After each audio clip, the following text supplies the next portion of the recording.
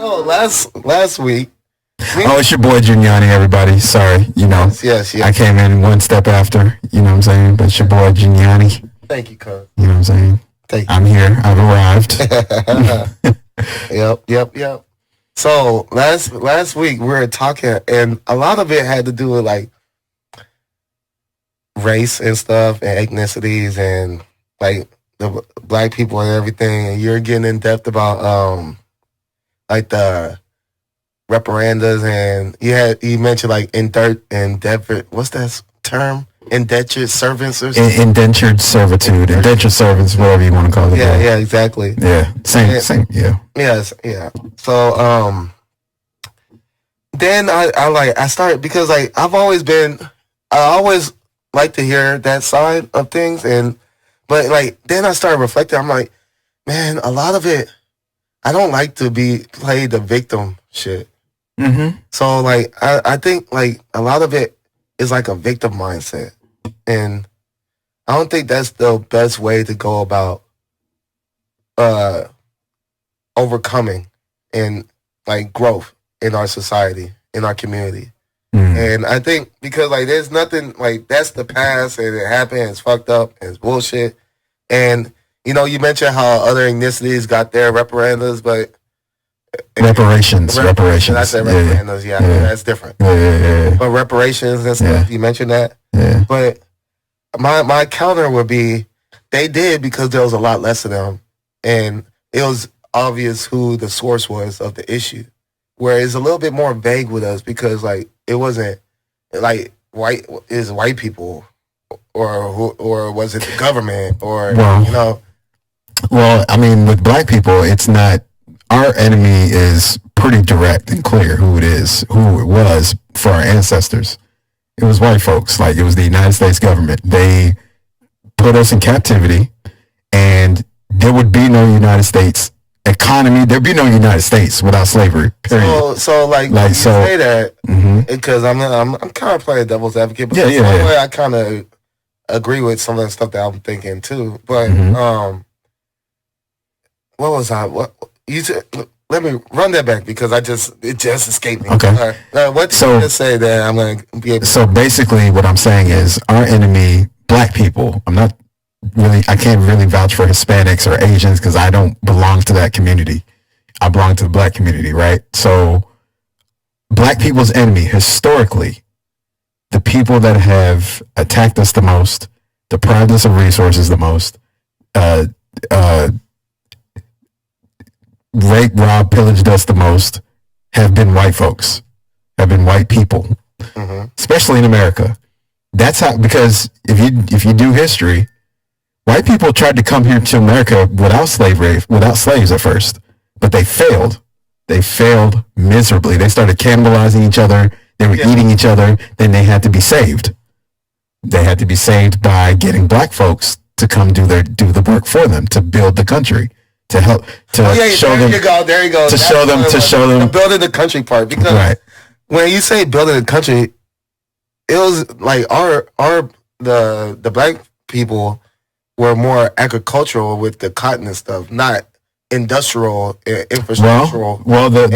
Black people stuff, the foundation, the actual buildings and facilities, and the systematical things that run. Oh, absolutely, we did. We built the roads in this country, the highways, the major highways that go across the United States. Black people paved the roads. We actually, in California, we were the 49ers. Like, we were the Niners. We were the people digging the gold, most of the gold out of the gold mines. That was us doing that. So you're saying that a majority of the people that was doing all these things were black people? Absolutely. But physically doing it. It was us. Yeah, that's what it was us. They tried to do it. Like I said, they tried to do it without us first. They left Europe and came here, right? When black people were already over here. We were already going back and forth over here with the natives here, trading with them from Africa to here. We were already, how do you think they knew how to get here? They had the maps. When they conquered the Moors in Europe in 1490, around the year 1492, they had more. Christopher Columbus had Moors on his ship. He had black people on his ship. Prisoners. But they showed him how to get here. Yeah. You know what I'm saying? So like we were already for thousands of years. And already. Columbus was a Spaniard. Yeah, he was a Spaniard, but he was a white Spaniard. He was a white supremacist. Yeah, he was white. Spaniard. He was a white man that knew how to speak Spanish. And speaking of like white supremacists, and you mentioned like Nick Fuentes, I'm kind of tangenting. But what makes you think that Nick Fuentes is a white supremacist? Because like terms like white supremacist is tossed around. Nick Fuentes has deliberately spoken down about black folks. Is it like off of statistics? Or not like, no, not just off of statistics, but he has a very slick and shrewd operator's kind of way of going about it. He's very passive aggressive about it. Very passive aggressive. For an example, I'll give you an example. When he was on Fresh and Fit, the Fresh and Fit guys, and I have my beef about them too, low key. Yeah. There's some low key like tethered African coons too, them damn selves. But because that's why the Republican thing. But they were baiting Nick Fuentes to say the N-word. They're like, come on, come on, say it. The black girls too. And there's some bed wenches too. You know what I'm saying? There's some African, like some zaddy chasers. You know what I'm saying? Like there's some zaddy chasers. And you know those black chicks. And you know those black chicks got slayed on Twitter because of who they're hanging. Especially the one that got kissing him on the picture. Yeah, because supposed to be like a black activist. Yeah, because you're on Nick Fuentes' jockstrap on the show. Like, come on, bro. So I would my point is, what's the First Amendment? We all have freedom of speech. Yeah, but that's like saying all money is good money, and that's not true. That's not true. That's a good argument too. That's all money is not good money. All speech isn't good speech. Yeah, of course, I'm not saying that either. But hey, you have the right to say whatever you want. Yeah, you have the right to spend your money, make your money however you want. Yeah. But I don't have to respect it. I don't have to like it. You don't. I don't have to. You know what I'm saying? I don't have to. And I can tell you if it looks and feels right, or if it doesn't. You know what I'm saying? Like, killing somebody, obviously, for no fucking reason, that's not cool. Everybody knows that's universally wrong, right? Yeah. Just as much as racism. We all know racism's universally wrong, but some people, like we discussed last episode, some people have to be racist, like white people, because of their genetic survival. They have to. Yeah. Like I said last episode, if we just let shit play out, there's no racism, there's no undercutting people, there's no cheating, there's no cheating the system, there's no holding people. Think about it. We would simply survive because we have dominant genetics. The blacker your skin, the more dominant genetics you have. The darker features you have, all that. I just took the words out of my mouth. How you mentioned how they have to be that way because they are physically inferior. Yeah, they're just genetically inferior. They have recessive traits. Yeah, exactly. Dominant always beats recessive every single time. And the laws of genetics, it always happens every time. They're the most neutral of all the ethnicities, as far as like they're not superior at anything, but they're good at everything. Who? Like white people. Like they're not good at. They're good at. They're average at everything. That's what I'm trying to say. They're good at stealing. They're good at. They're good at depriving people of resources. They're good at executing white supremacy. Now, I'm not saying all white people do this, because they don't. Not all white people do this, but it just so happens to be. Why is it that every single time there's a white person in position of power, I would say about 8 times out of 10, that white person is going to be on some shrewd operator shit. They're going to be on some looking out for their own people, and they should look out for their own people. Yeah, just like how we should. You know what I'm saying? Like we should do the same thing. That's ultimately where my gripe was going to come from. Is that my problem with the black community is these two things: that we are the least looking out for each other society, and I believe also this is going to be the controversial one: we're the most laziest. I wouldn't say we're the most laziest. I think we're the most. And let me say this. There's some truth to your point. I think we've been socially engineered to be this way.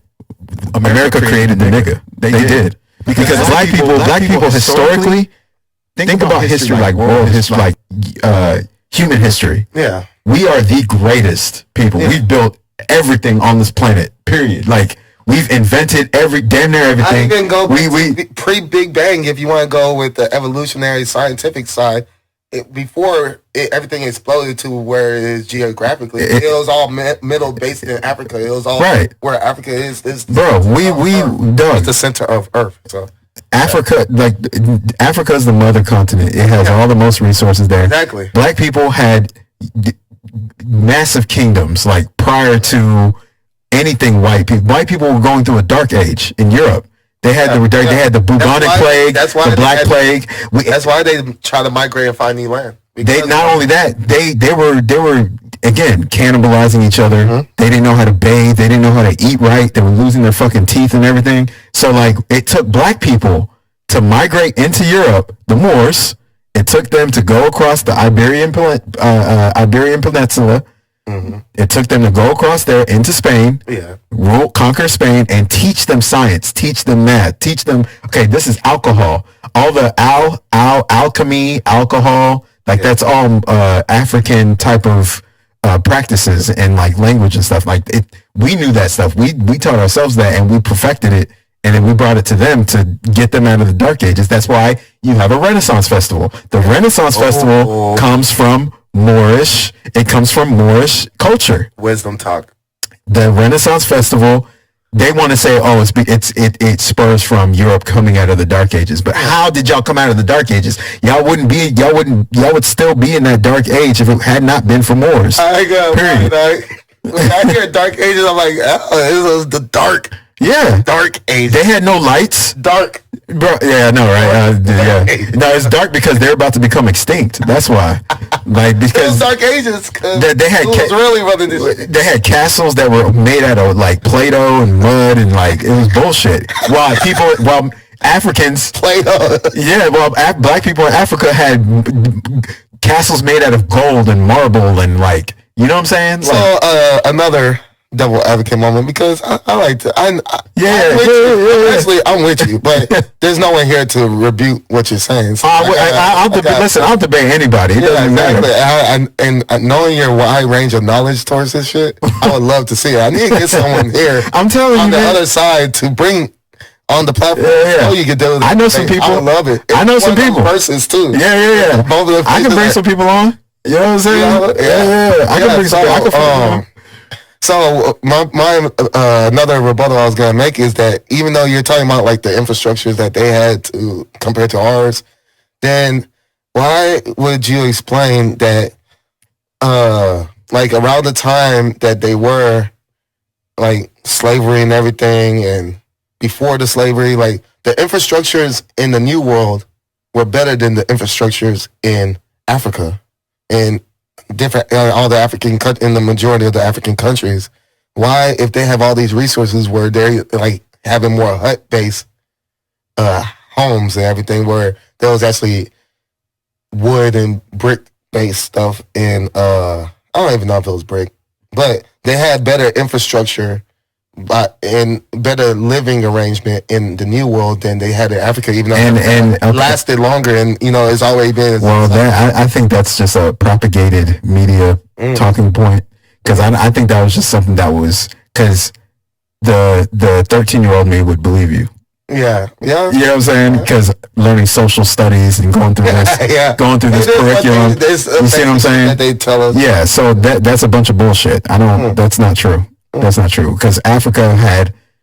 And we would know, because that's what I'm saying. Cameroon. I've been to Cameroon too. I've been there. You know what I'm saying? Like, so yeah, that's a bunch of lies. They draw what they paint it out to be. Right, exactly. It is true. And if you're a well-traveled person, you'll know that's bullshit. Because I'm not talking.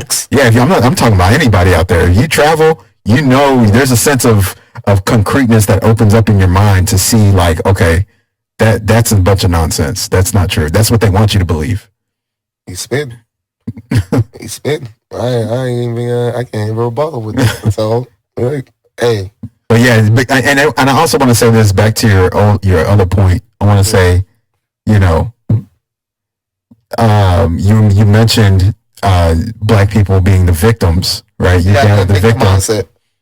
You can still be a victim and not. And be a victim of your circumstance and not have a victim mentality. You can still, amongst the homies, you can be like, hey, don't pass the buck, let's get it. But that doesn't negate the fact that in the environment, in the system that you're a part of, that doesn't mean that you're not a victim of that. You see what I'm saying? So like for you can still be owed money, right? and still be doing your thing. Like I just see it as like, instead of thinking the victim and acknowledging any victimhood, is to see more like a conqueror overcoming adversity. Right. That's more of my mindset. It's like, yeah, all these were stacked against me, I still came out on top. Right. So but see, that nigga that much more, you know? See, okay, now let me play devil's advocate a little bit. Let's say every ethnic group that was a victim of some shit that the United States was a part of, that's why they got reparations.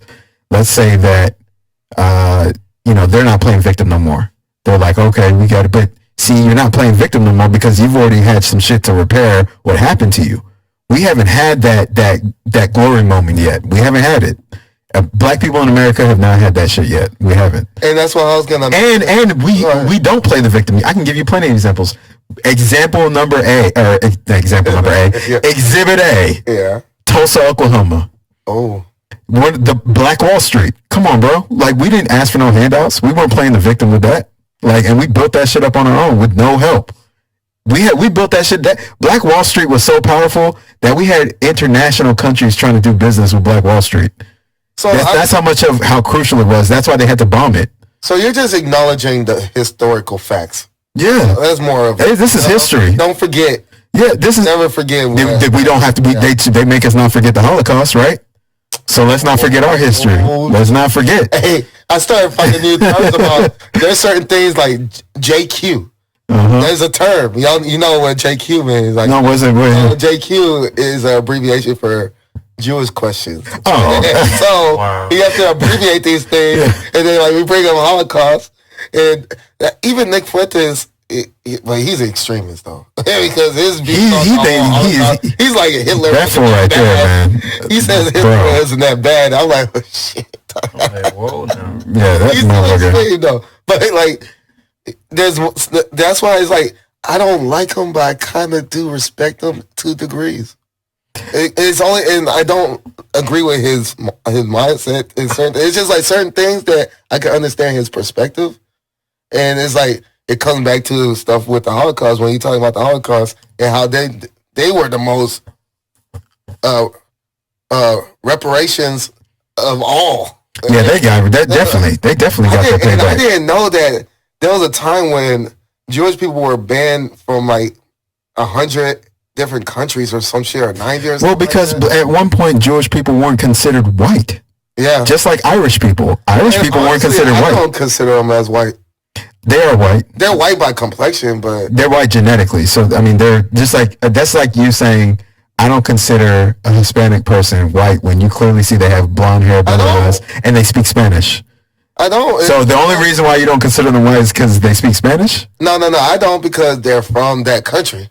See, and their parents are from that country. Well, geographical locale doesn't determine not only your skin complexion but the way you think, because you can have a white Spaniard think like a white supremacist. Because like we were talking about this even last time, how the pale Spanish people can get away with passing as white. And they have black people in Spain right now that get discriminated against. Oh yeah. That from the white Spanish. Pigmentation is always going to be something. Caribbean, you have the Dominicans that. A lot of them want to be white people. Not all of them, but a lot. Kids are black. They racist against the Haitians, and they share the same fucking island. You know what I'm saying? Yeah. Like, and the Haitian, you know what I'm saying? Like, that's a great argument. You know. You know, like. I stand, when I know you got it, you got it. No, I'm just speaking history. Okay. I'm just speaking history and talking truth to power. That's all. And then, like, when you say something, I'm like, oh, shit, that is true.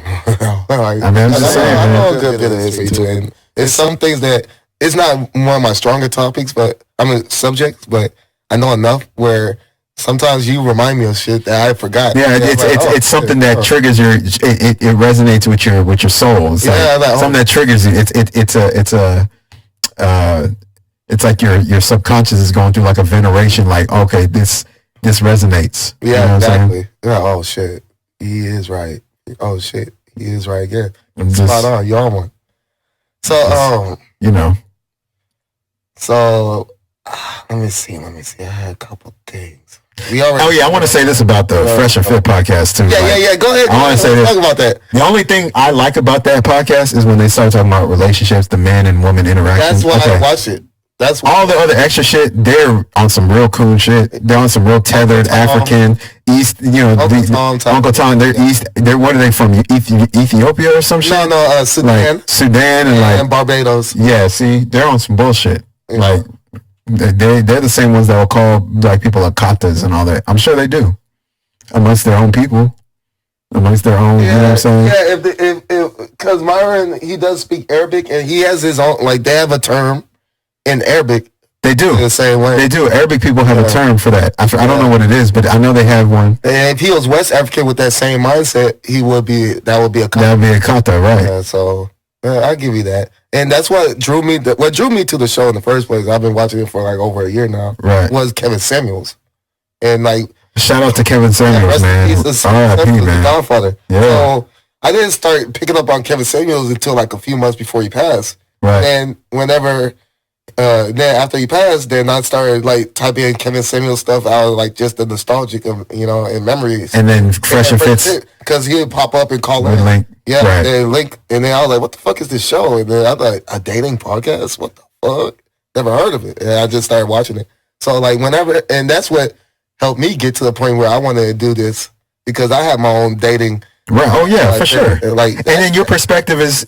It's not gonna be coonish. Yeah, exactly. Like, exactly. Because a lot of times that I'll be watching a show, I'll be disagreeing with her. I'll be talking to my fucking phone or my TV. Right. Like, oh, nigga, y'all wrong about that shit. Right. Fuck that shit. And then you gotta have your voice. Exactly. I need my own platform to speak up on this shit. Right. Because if I was to put my perspective in on the dating world, because that's mainly where my main focus is with this stuff. Right. That's why I always end up talking about men and women and how times used to be and how times are now and how shit should be and everything. Right. Then that's why I start getting in depth with it. And I'll say this too, like people will in the long run respect you more with your aura and the way you're approaching it and the way you want to go and the way you want to move with this in this space because you're coming with a sense of genuineness. You're coming with a sense. You always want to speak truth to power. You care about everything. Them, on the other hand, it's all about clout. It's rooted in clout. Yeah. So that's why they get all these females. Republicans. They get all these females that go into the show. It's all clout chasing shit. Everybody's clout chasing, clout. They're on there for clout. Yeah, they're using it for clout. Yeah, it's not real. See, any female that we get on here, you know that shit's gonna be real. It's gonna be they fuck with us. Exactly. You know what I'm saying? It's genuine. Anybody. All that. Yeah. Like even when we get more momentum down the road, more steam. You know what I'm saying? When we get more people with more notoriety, talk. Yeah, you know what I'm saying? Even the people with heavier weight, with more notoriety, you know what I'm saying? They're gonna fuck with us it's gonna be real. Exactly. Like it's gonna be real shit. This ain't fake. Like they fuck with us because they fuck with us. You know what I'm saying? I even hear people that will be on the show afterwards when they're on another podcast or getting an interview or something. They'll be like, "These guys were so nice," and then the cameras come on. And then they just like, bam, all the time. They're like, what the fuck is this? Yeah. And it's like, no, keep that same energy. Right. You gotta be an asshole all the time. If you ain't nice, be nice all the time. Be genuine and all that. So I just bring this neutral side of things where I respect any and everybody. Right. Like from age to ethnicity to sexuality, I respect everybody until you come at me sideways. And then then you open the floodgates. I'm willing to have anybody on this show. Yeah. Anybody from all walks of life. Like, it don't matter. Come on. I literally have a homie because, of course, the race, you have all these unique people and young stuff. One of my homies that is very smart that I debate with plenty of times on Facebook, but respectfully. Sure, right. With one another, not calling each other out names and disrespecting. He claims to be non-binary. Right. Okay. And he wants to come on the show. Okay. Just to argue his case. Okay. Yeah. I'm like, because I don't know shit about non-binary. What the fuck is that? All that shit. But I want to hear his perspective. He could educate us, and then we could probably rebuke a lot of the shit that he says. Because, like, it just counters our biological. Now, refresh my memory. Non-binary. What do you know about it? Shit, not much, bro. Do you know any like basic? I'm gonna give you the basic. It's like you have. What is it? It's like you have. It's like binary numbers 0101. So it's like so and layman terms is you have man and woman in you at the same time. Even though you might look, you're physically a man, but you got women in you too. So you're just not. You mean when you have women, like psychologically speaking, you think you're a man, but you think like a woman type shit? Yeah. And then like you're a man, you think like a woman, but then you still have your man brain, you still have your man mindset too, like testosterone and stuff. That sounds like a constant battle. It sounds confusing, like the person's confused. That's why I'm not gonna lie. I'm just speaking non-biased. I'm really being on. So I'm really trying to understand it. Yeah, based on that explanation, it sounds like confusion. I know, and that's why I'm gonna double down. And you want to know, this is gonna be the one that I got love for people in the community, but this is what I'm gonna say is gonna suck, but. Like you said, confused. I'm gonna double down. I think it's a mental illness. Yeah, it's a mental disorder. There's nothing trans. All of them. Just take the word confusion. Yeah. Is that rooted in positive or negative energy? Usually negative. Yeah. Okay, exactly. So there's nothing positive about being confused. Yeah, so that's why they put a different cover of it. Right. Because it comes off negative in content. I know. Right. He's sitting in the back like, oh shit, this one's going to be a hot take. No. I know Legends definitely clipped this one. Oh yeah, for sure. Hey, we need all the let's bring all the lightning rods to the table. Fuck it. Yeah, I don't give a, listen, man. Hey. I learned statistics, and here's another thing. Specifically, black people should be the main ones that most rival with that LGBTQ plus community because there's 7.2% of our population where we are 13.6%, but they get way more love and appreciation and respect than we do. And why do you think that is? Because them boys. There's an agenda. Right. Them boys. And see what a lot of people in the consumers, man. Right. And a lot of people in the LGBT community, what they have to understand too is like a lot of them got bread too. So. A lot of them do, but they get used as well. Yeah. They get used for the agenda. Yeah. So don't y'all feel used as well? Like that's another perspective. I'm just saying. Help the hires. Because they're right. Hey, we care about y'all. A lot of people might. We care about y'all. Yeah, exactly. We care about y'all. Look at right. You know? Air quotes. It's like I'm not racist. I got black friends. Right. Oh. Like, once y'all hear that, I'm like, oh man. Like, bruh. I mean that black friend, not friends. Friend is probably washed. So I was like, good try. You tried it, but no, man. I think it's a mental disorder, and it is. And confusion is not healthy. Yeah, exactly. It's not. Exactly. And based off the definition, I was really being unbiased, like listening to it because I didn't know what it was. Yeah, it just sounded confusing. You know what I'm saying? Like, so look, I've heard a lot of them explain shit to me, all this pansexual and all this demisexual and everything else. Right. Like, that's the race is the main community that has all these different types of people, colorful ass people. And I'll ask these questions every now and then, and they'll try to break it down, teach me like I'm a student. And I'm like, it's like a lot of arithmetic. I'm an engineering major type of person. I just say all these different formulas, and I'm just like, what the fuck? And then you got these pronouns you identify as him, he, or she, and they, them, and all this. I'm like, and then like I see like a clip wherever it was like a bunch of them in a room, like a committee. They have like a conference committee thing, and like how there's the people on the stand, and then there's the people in the there's the people on the top, and then there's the people the crowd, and then you can stand up and get a mic and talk. And then, like, the whole time, they're just clashing.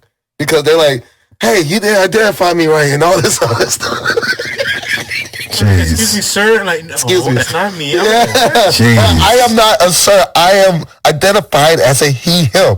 And I need you to identify me as that before you address me and all that. I'm like, what the fuck. Jeez, man. And then when they do it, and then the person responds, well, you didn't get my identity right. And this other stuff, it's just like chaos. It's like, if our world were to ever get to a point where everybody is having to be identified by a certain pronoun and everything else. Bro, that's going to be dumb. Pandemonium. So stupid. That's chaos. It's no structure. Right.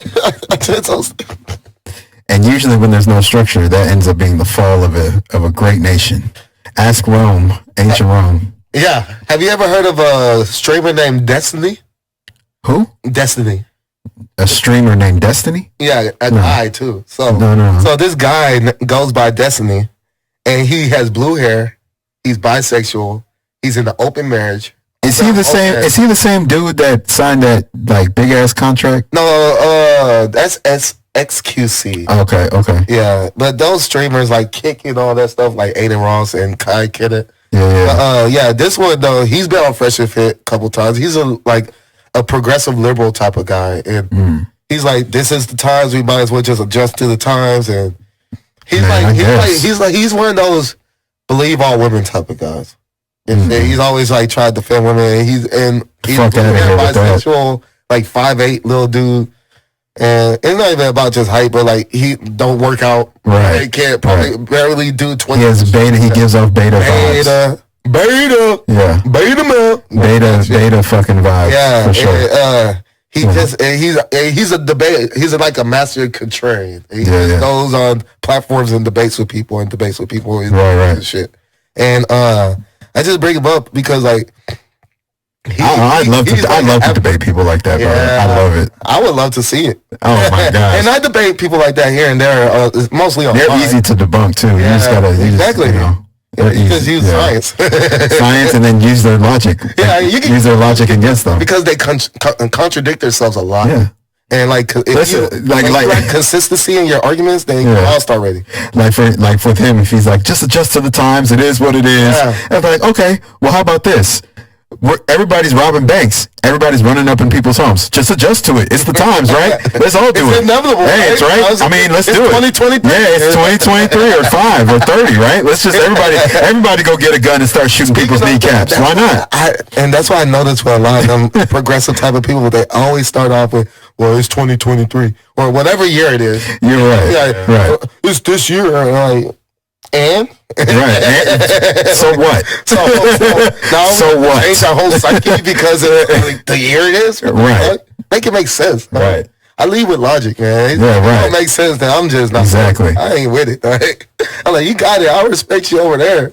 Common sense ain't common. Nonsense over here. Yeah, common sense ain't common. Common sense ain't common like it was. Facts, bro. I'm on top of that as a kid. I take that to the grave. I might have that on my tombstone. Common sense ain't common underneath my name and the birth time and shit. Common sense ain't common, my slogan right there. Because boy, most people dumb. Right. I'm just saying. I'm sorry. I mean, like because we could be so much smarter too as a people. It's just they don't apply themselves. That's where the laziness comes from. Man. And that's why it's like. I mean, I don't think black people are inherently lazy. I think it's just I'm gonna take a page out of the progressive liberal. It's just the times we're in. But do you think like the government, all the no. I think it's partially because of like again social engineering. I keep using that phrase a lot because it's the weapon of choice for the powers that be. The people that are in power positions in all the areas of activity, there's about 9 of them, right? Yeah. Anybody who's in a position of power, like they all follow an agenda for some reason. It comes off that way. So I blame the social engineering of keeping people dumb, dumbing people's frequencies and vibrations down with everything. Food, entertainment, music, you know what I'm saying? I'm gonna piggyback off of you say that the government enables it. They do. It's easier to control people when they're dumbed down, when they're not like their eyes aren't open. And, you know what I'm saying? And I'll even add on that all the government assistance programs and stuff fighting for like single moms and all that. Well, that's why they'll need them in. Yeah, like Section 8. Section 8 fucked over the black community. That was used to separate the black family. It was. Exactly. exactly. You get what I'm getting. Yeah, it was used to dangle some trinkets in front of the black woman and be like, hey, you know, since your husband's is not around, since we systematically fucked him over with our judicial system, we're gonna take this. We're gonna give you Section 8, but we're gonna give you Section 8 as long as your man doesn't come back into the household. You have to be a single mom. You have to be, you know, you got WIC, right. PTs.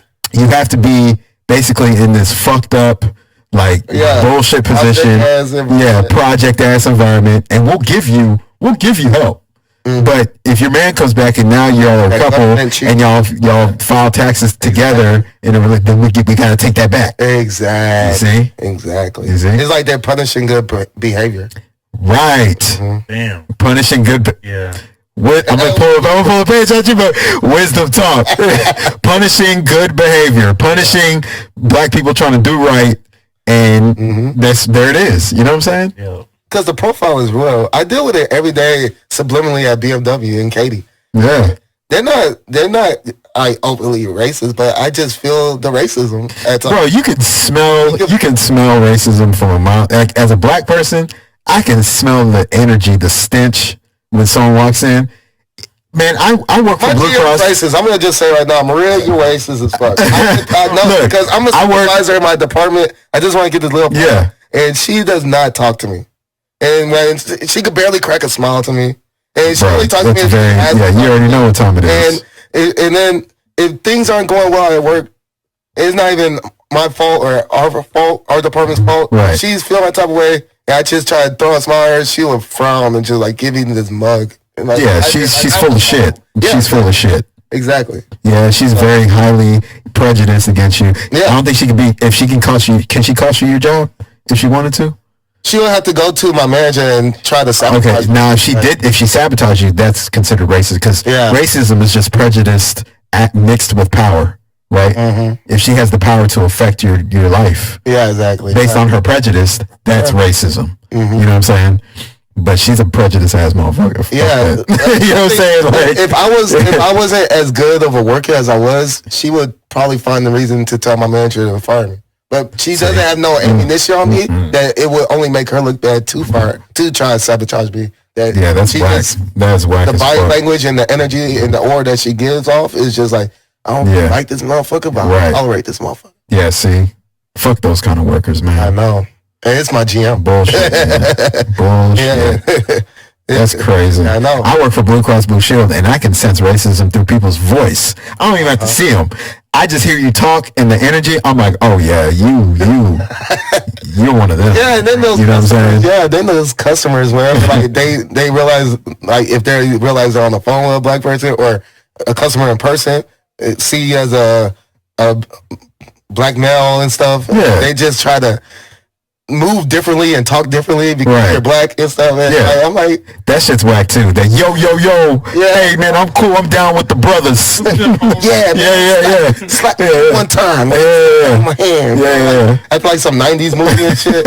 And I'm like, don't you hear how I speak? I don't even sound like that type of person. Right, exactly. Like, what the fuck? Or what's even worse is the prejudgment. Like, they don't even hear you talk, or like they just see you and automatically judge you. I see so many times other races, like, because they're so bougie and high class, is that they see me and their whole morale drops. It's just like, damn. Like, their energy drops. Like, they're all like guard. It's like watching my every move. That's so whack. That's out of fear, this false fear that the media and the news and shit portray us as, and the music and everything else like that. That's why it's hard for me to listen to mainstream music, because it doesn't help us. And that's by design. Yeah, exactly. There's plenty of good music, meaningful music, tangible music, artists out there that don't want to feed you, low vibrational, low frequency music. So there's plenty of them out there, but that's not what's being considered. They're not pushing that as. It's not as entertaining to them. It can be entertaining based on the creative. Yeah, exactly. Because with me personally, like, I've made records that like fire ass beats, and like it sounds, the sound is different, and I'm coming at it with a style. You know what I'm saying? It's not like boring. You know what I'm saying? But I'm speaking some real shit. Yeah. I'm not speaking like I'm not talking about twerking the whole fucking verse. Exactly. I'm not talking about going to the club and shooting shit up. Yeah, shooting shit up, tricking money, and like I'm not talking about none of that shit. I do have fun records though. Yeah. Where I'm like talking about I have a record called Nasty Girl. I'm like, you nasty girl. I know how to. I kind of fun. You know what I'm saying? Make hot records. I'm all about versatility. Right. Exactly. For everybody. Exactly. But not just. Don't oversaturate with the bullshit. Oversaturate, perfect term. Don't oversaturate, and they do that on purpose too. Like the record companies, they push that shit, man. And guess who's? And that's why Kanye came in that discussion when I was with Michelle, because he made valid points in his argument with them boys, because they're the ones that are running these labels and these. They are. There's that industry, the music industry behind the scenes, the ones that are enabling what is put out there. Let me ask you this. I'm gonna add to that. All the white artists, hip hop artists, do you see any of them talking that same shit in their music and their lyrics that the black artists that they're trying to push, like the Jack Harlows and the fucking. Only one was Machine Gun Kelly a little bit, but Machine Gun Kelly has a sense of like lyricism. Yeah. But even when Machine Gun Kelly was in the mix, he was lyrical. He was spitting. Yeah, you know what I'm saying? He was spitting on a high level. You know what I'm saying? All the white artists have to be high level spitters, whereas the black artists, you can put a nursery rhyme beat on. Jack Harlow, Magna Carta. They don't let the white artists do that shit. Easy and right. They don't let them get away with that low vibrational shit. They have to spit at a high level. Yeah. The black artists, they can be on a nursery rhyme beat, spitting ABCs, and still be hot. Yeah, you know what I'm saying? I would say the only white artists that get away with that are the ones that are on drugs and shit, like the Lil Xans and all them. Like, but see, they're nobody gives a fuck about Lil Xan. You know what I'm saying? Like they're not impactful like that. They're statistically insignificant to even matter. They don't get hot. Yeah. They don't allow them to get hot. They don't market them as much as they market the dusty black artists. You know what I'm saying? The little yachties. Yeah, the dusty niggas that get behind the microphone and start spitting. Right? I'm sorry, Uzi Vert is trash. Dog, all them Kodak niggas. Black is trash. Dog, them niggas. Lil Yachty's trash. They're not high frequency spitters, bro. They're not high vibrational spitters. They don't go bar for bar. 21 Savage grew on me. He's gotten better. 21 Savage, he's gotten more creative with his shit. That's why I respect it with him. As far as like, at least he's attempted to hone his craft. Right. That's what I'm saying. There's growth in him. You know what I'm saying? All them guys are the same. Exactly. There's a lot of artists that just don't want to grow. They're content with that same formula. With that same formula of dumb me down. You know what I'm saying? Like, and as long as I get my bag, I ain't tripping, fool. I ain't tripping, bro. Like, as long as I get mine. Yeah, I was gonna say, y'all know about Doja Cat. You seen how she was. She started off with her tits all out. Right. Ooh. Yeah. She could spit. All of that. Now she just. Yeah, she could spit. Yeah, Doja Cat. You know where I first found her? On Wildin' Out. She was on Wildin' Out. I first discovered her. She's fine as hell. Yeah, she's straight, but. Doja Cat she's an interesting. You want to know something about Doja Cat that what turned me off about her is that she's South African and she only dates white folks. She don't date black. Yeah, you know Nas brought that throw a shot at her in a song called it's called Ultra Black. A song that's Nas made called Ultra Black. He said what was the line that he said? He said I forgot the line, man. I'm not gonna lie to you, but he said the opposite of Doja Cat because he was talking about everything being ultra black. He's saying the opposite of Doja Cat. Listen to the song Ultra Black. Hey, not the way Nas put the line. The way he put the line. He said. Face says it all like that. He said. Nas goes. He goes. He says I'm Michael Blackson Black. With my soldier rag, like basically all this black ass shit.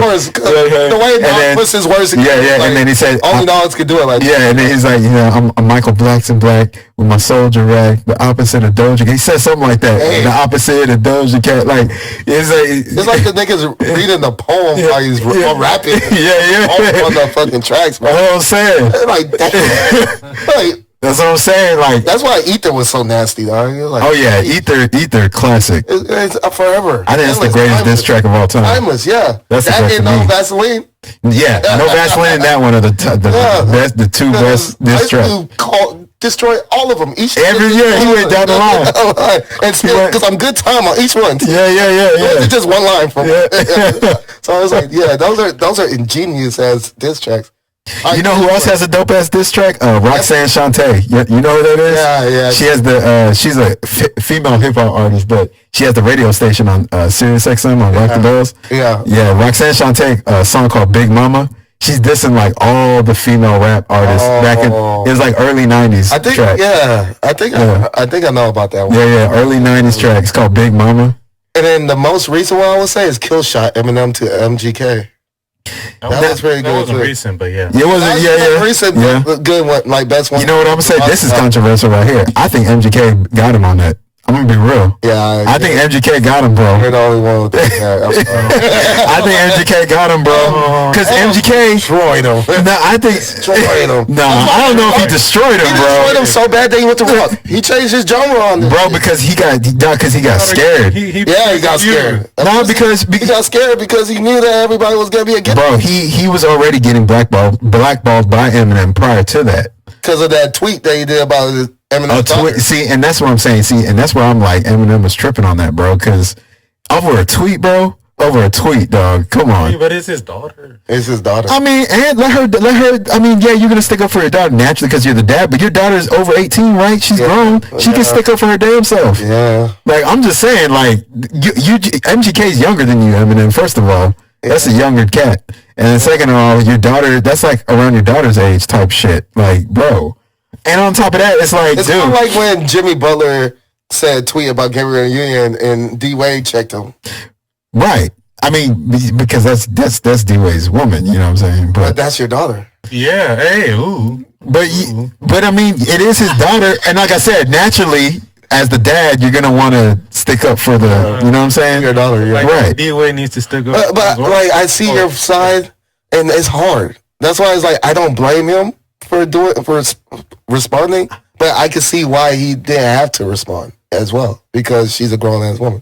Right. I think MGK didn't have to leave hip hop. He didn't. He just got that seat got a little too hot. It did because he was already getting blackballed. First of all, based on if you listen to MGK's diss record, he was talking about him getting blackballed by internet. He's just naming the things. He did. You know, and that now you drop the diss record. Now it's just only going to get worse because everybody that fucks with Eminem is going to use their pull to like blackball you even harder. So he probably felt the pressure. Yeah, he saw the writing on the wall. Right, but if I was MGK, I'd be like, man, fuck that. Like, I'm independent. I'm still going to sell records. Like, I'm still going to make hip hop because I feel like it. Huh? Was he independent? I don't know if he was independent. Like Bad Boy or some shit. He might have been under Diddy. I was thinking he was independent. Me personally, I think he was though. Right when he made the district, but he was still he was on Bad Boy first. That's how he got on. Okay, and then he might have spurred off into independency. Okay. But like, I don't think he should have. I think he could have just kept making music in hip hop. To be honest with you, I think he could. He still would have had a fan base. An opportunity with the other side. With the rock. That's what I'm saying. Maybe he did. That's what I'm saying. Audience, you know, right. More revenues. Because MGK, he can rap, bro. Yeah, that's why I like since he can rap. Dog. The first time I ever saw him was on the BT Cypher. Yeah. Same Cypher that Kendrick Lamar was on. Yeah. And like we're hearing these new artists and like, who are these niggas? These niggas, what the fuck? And of course, Kendrick ends up becoming who he is, and MGK ends up becoming who he is, and I was like, man, that's why I liked it. But the thing is, like those. Double XL and freshman classes and the BT Cyphers, that shit's not the same as it was. No, it's not. No, it's different. Like, because like those guys that was back then, you could see the potential oozing off of these guys. Like, dude, this nigga's gonna be something. Right. Like this flow is different. Right. You know. Yeah. Yeah. Shit, crazy though. Yeah, man. So, I mentioned it a little bit because let's go into a little dating thing because it's more on my radar. Yeah. I know a lot of shit about that. I want to talk about the friend zone because I was talking to one of my homies at the gym. I was just gonna because before you got here, me and Beats mentioned this one, but I'm gonna make it a lot shorter. You know about Mary J. Blige and her $30K a month alimony that she's paying her ex-husband? Is it Mary J. Blige or Faith Evans? No, it's Mary J. Because I know Faith Evans got something too. But Faith Evans with Stevie J. She has to pay Stevie J alimony. But Stevie J's a millionaire. Is he? Yeah. He still got that bag from her though. But she makes more. Does she? Yeah. Faith Evans makes more. But Mary J. Blige, She's paying $30,000 a month. She was just like on the podcast or like getting an interview or something, and she was talking about it on the on that shit. And City boys up. City boys. But City boys up. It's such a big topic, but it's like, well, hey, y'all fight for feminism, right? This equal. Hey, this is what men go through. We got to pay the alimony. We got to pay child support and all that. Normal for us. That's what I'm saying. We used to this. This is a story. You know what I'm saying? That's happening to Mary J. Blige, but it's like how many male artists and male athletes and male actors. That's what I'm saying. Look at the Brittany Renner situation. Brittany Renner and that basketball player, PJ Washington. He's paying her money for the child support. But you know that all that money's not going to the child. Hell no. Because no. Yeah, because she's still doing shit and traveling. That's what I'm saying. Like, she was just hanging out with Shaq. I was just about to bring that up. She was just hanging out with Shaq. About to bring that up. You know what I'm saying? I'm like, how you getting in indoors where you could be around Shaq, let alone hanging out with him if he uses that money? Right. So and I'm like, man, Shaq, what the fuck are you doing, bro? Shaq is single. He's an old single guy. Been there, done that. Had his kids, had his wives and shit. And he's just having fun. I don't agree with it. I still wouldn't do it if I was in Shaq's shoes. But hey, it's a bad look. I mean, it is. It's not a good look. I ain't gonna lie, but you know. Hey, speaking of Brittany Renner, did you know whenever Deion Sanders was coaching for he had her come talk to the team. I watched. Yeah. You seen it too? Yeah. I know why Deion did it too. That's very slick. You didn't watch it? I didn't watch it. It's ingenious, bro. Okay. I was like, Deion Sanders is a genius, bro. Yeah, he's fucking smart as fuck. Bro. That dude, that Deion Sanders, legend, bro. He's playing chess with these chess. Absolute chess. What happened? So he brought Brittany Renner in to talk to the team. Yeah. Basically give them. So basically, the reason why Deion did it for real, Brittany thought it was an opportunity to take to like put them on game about women moving forward as they get older. When I seen those clips and everything, right? Make her look, educated. Like she's learned from her mistakes. And she's changed and evolved and become a better woman. No. That's not why Deion brought her there. Yeah. Deion brought her there to show the players, like, hey, avoid this. Oh. This is what a woman looks like when she's trying to take a bag from you. She's going to be very deceptive. She's going to be very shrewd operator-ish. That's why Deion brought her there. To show them a physical example of how these women, like Brittany, she's clever and she's smart and she plays chess. She's playing into his hand. Yeah. She's trying to explain to these football players in a deceptive way because she's not really true to what she's telling them. Right. So it's like the very thing that he's warning them about. She's doing it in live action. And she wasn't intelligent enough to recognize the game, to catch the game. Yeah. Wow. So Deion, that's what I'm saying. She didn't even suggest that. Right. She paid her too. I'm pretty sure. He might have paid her a little something. You know what I'm saying? Why not? Yeah, Deion got you. It only helps his case. That's what I'm saying. Well, he paid me. Right. That's true. I didn't think about that. It was like such a ingenious. Bro. Yeah, it was. That's what I'm saying. And you know what Deion said about it too, because he got questioned about bringing her to. People were asking him questions about, you brought her. Why'd you bring her on? I think it was on like Uncle Shay, the podcast.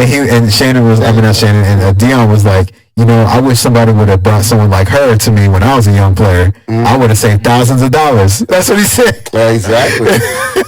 He's like, man, that's crazy.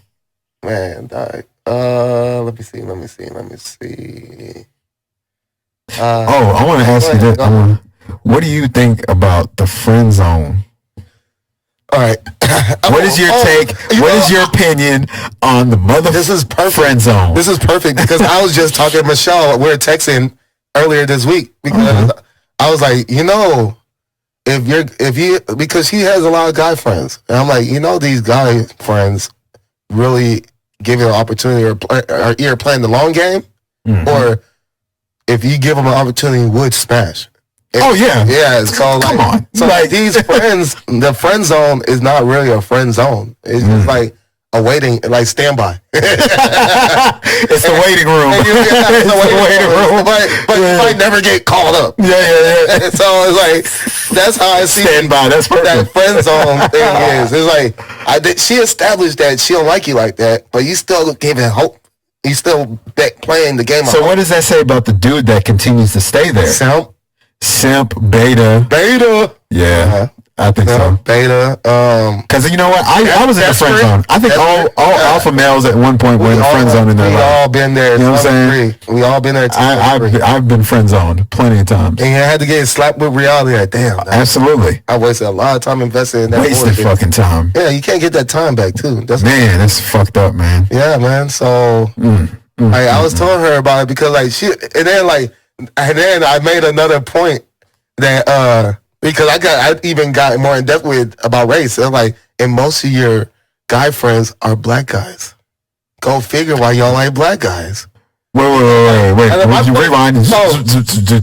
Rewind. So I was like, most of Michelle's friends are black dudes. Most of her guy friends are black dudes. Yes. So why does she? Okay, she doesn't date black dudes. See, and I don't like that shit. I'm gonna be real. But she doesn't date black dudes because she likes a guy that resembles more like her father. So in other words, it comes off like she's using black people's energy. Yeah, like she uses the aura. Yeah. She's overly protected around the black guys. But yet you're gonna go but you're not taking us seriously. Yeah. You know who you take serious, right? Yeah. The white dude that you're fixing to go try and give a chance to. Yeah. That's who you're gonna take serious. Facts. See?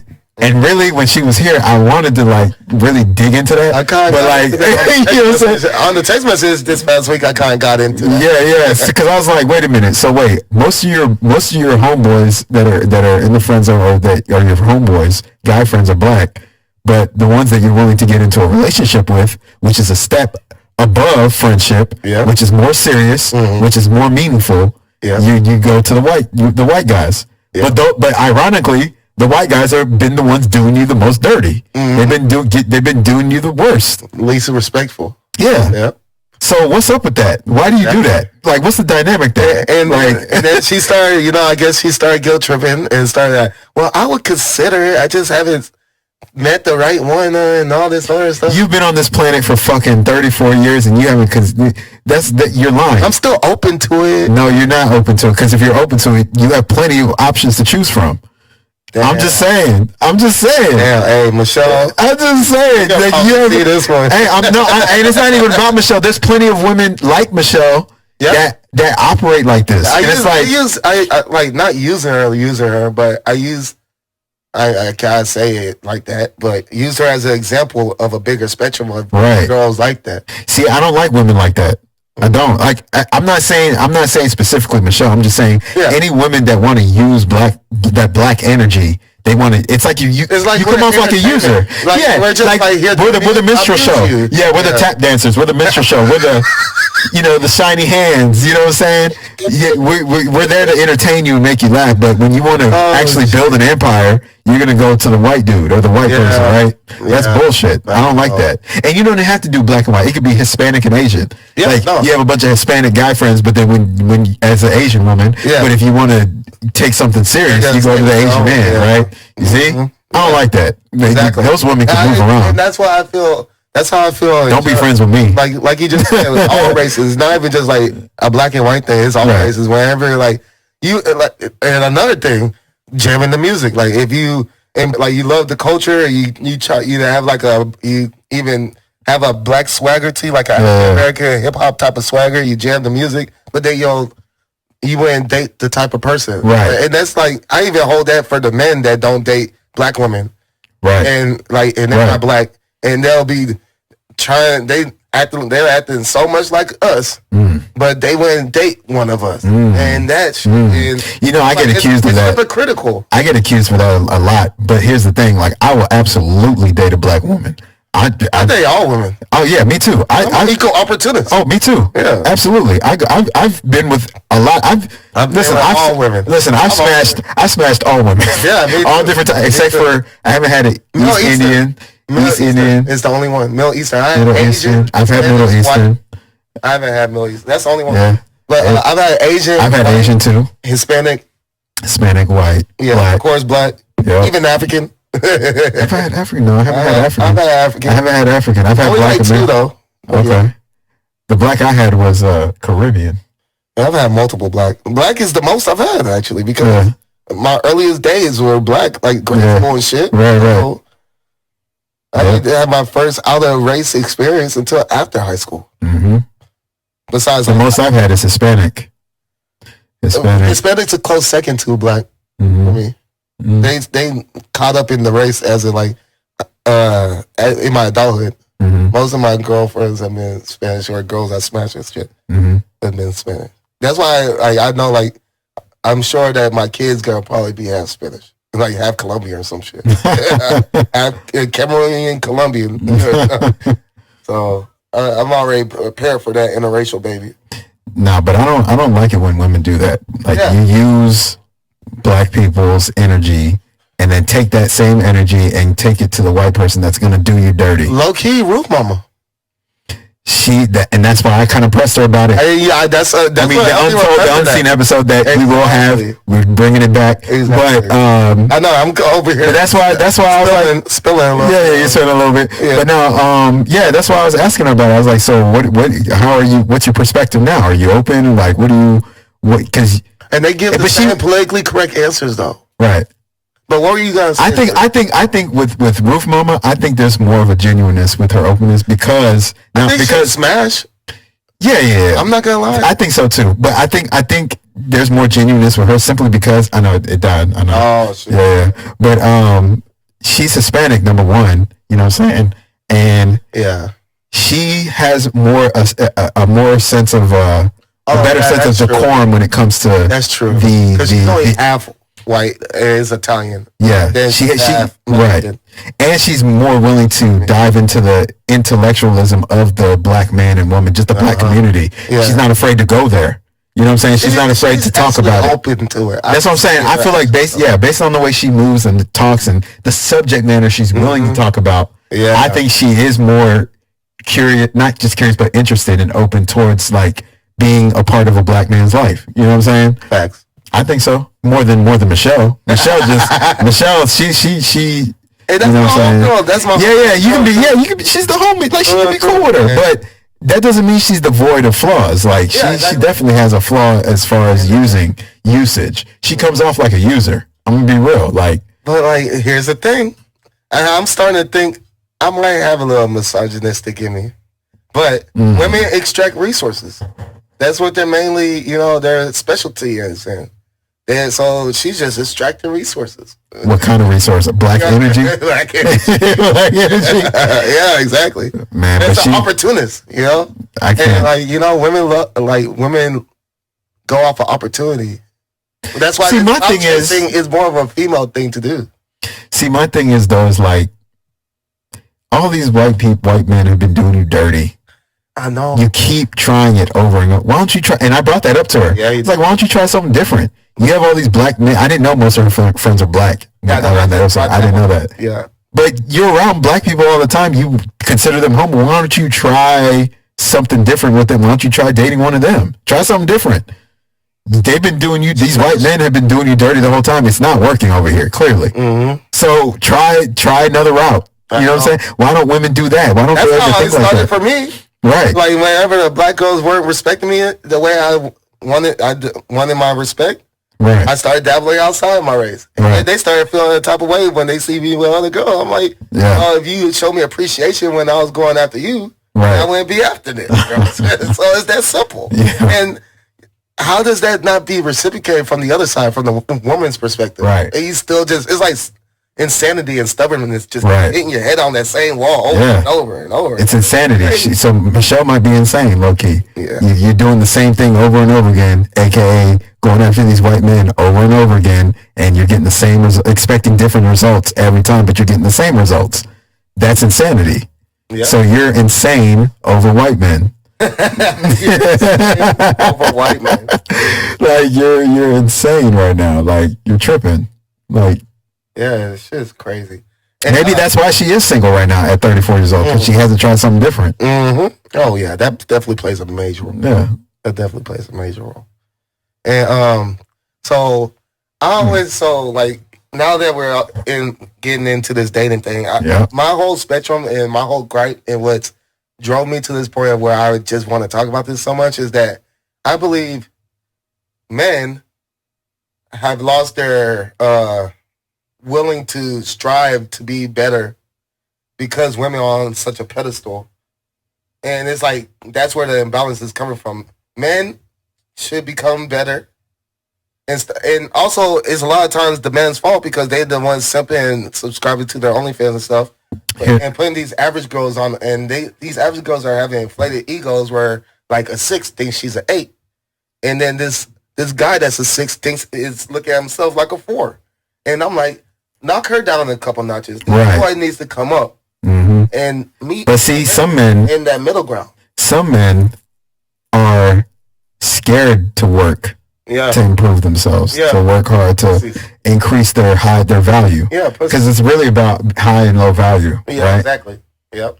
As women age, they decrease in value. As men age like milk. Exactly. Age like wine. Yeah, exactly. When men get older, our value goes up. Yeah, exactly. And the reason for that is because men are always having to work harder than the woman to improve themselves. Yep. To make themselves presentable to the woman. Selective for women, man. They can always, that's why whenever women talk about you want a bum ass bitch, I think bum is a masculine term because women can always get saved. Women have been. They have the option to get women saved. since the age of since teenage years. Yeah. Have always had dudes trying to save them. Exactly. That's always socially so superior to us, and we're so socially retarded because we're playing catch up the whole time. At puberty, they're already grown men are trying them. Grown men, they're constantly getting tried all the time, right?